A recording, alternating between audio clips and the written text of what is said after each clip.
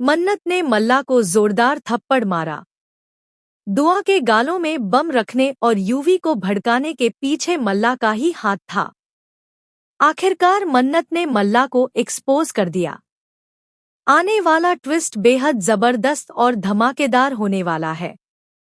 मन्नत चोरी चुपके घर में ऐश्वर्या के कमरे से उसके बाल लेने जाती है ताकि डीएनए टेस्ट करवा सके।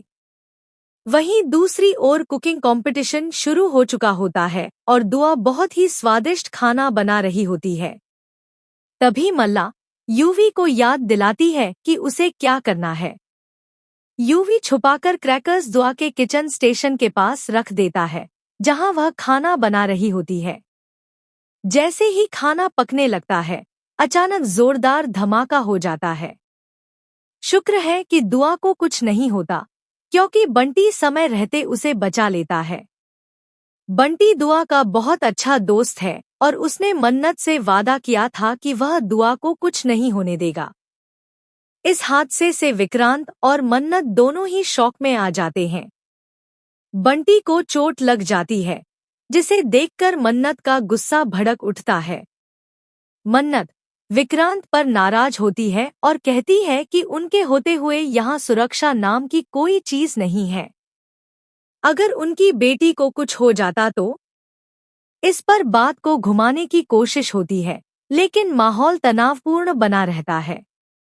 विशाखा उल्टा बंटी पर ही चिल्लाने लगती है, क्योंकि बंटी सच बता देता है कि उसने यूवी के हाथ में क्रैकर देखा था, जिसे वह दुआ के किचन स्टेशन पर लगा रहा था।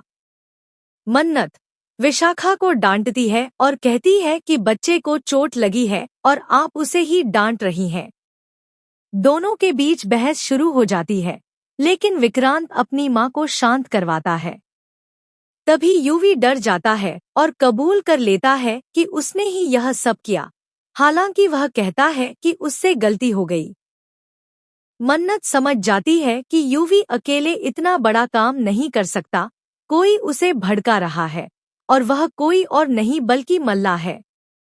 गुस्से में आकर मन्नत मल्ला के गाल पर जोरदार थप्पड़ मारती है।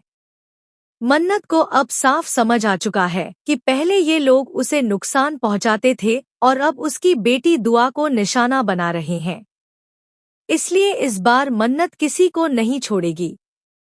अब विक्रांत सच्चाई जानने की कोशिश करेगा कि यूवी ने यह सब खुद किया या किसी के कहने पर। आने वाला ट्विस्ट बेहद दिलचस्प होने वाला है। क्या सच जल्द सामने आएगा? क्या मल्ला पूरी तरह एक्सपोज होगी? अपनी राय जरूर शेयर करें।